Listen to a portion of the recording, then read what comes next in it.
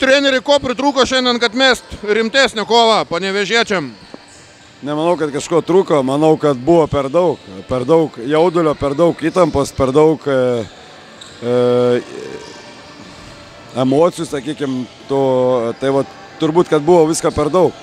O trūko tai ką, trūko taiklių metimų, kas vėl viskas atsimuša tas į jaudulį, sakykime, taip. Pramestos baudos, pramesti tritaškiai, mes taip blogai baudų dar turbūt nesame metę, nežiūrėjau statistikos, bet manau, kad tai yra vienas iš blogiausių rungtynių pataikymo atžvilgių. O tai visa tai yra psichologija. Čia tikrai nebuvo nieko tokio, kaip išskyrus psichologiją. Tai yra finalinis ketvirtas, įtampa namuose, savi žiūrovai.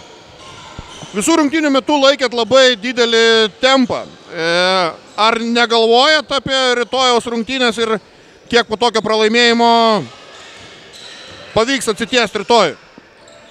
Aš toks treneris, čia mūsų toks stilius, mes tokiu žaidimo stiliu pakliuvom į finalinį ketvirtą ir toliau tęsiam tą.